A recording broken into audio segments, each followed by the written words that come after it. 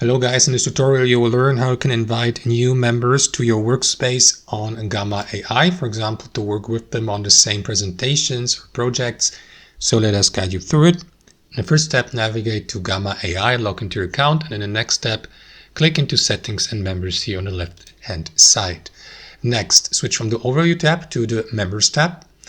And here guys, you will see a list of all members within your workspace with you as the admin probably and all other members below. As you can see, I'm the only member of that example workspace, but you can invite new members and assign various roles like members, for example, or editors by clicking into this button here.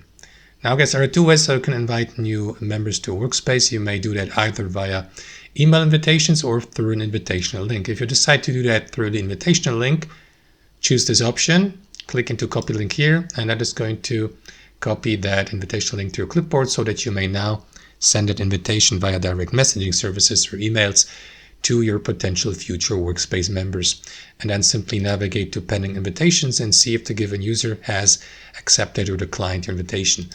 Or alternatively, you use that feature here, invite with email address, enter the invitee's email address here, send invitation via email, and wait for the invitation to be either accepted or declined. And that's how it works, guys. Thanks for watching, and I'll see you next time.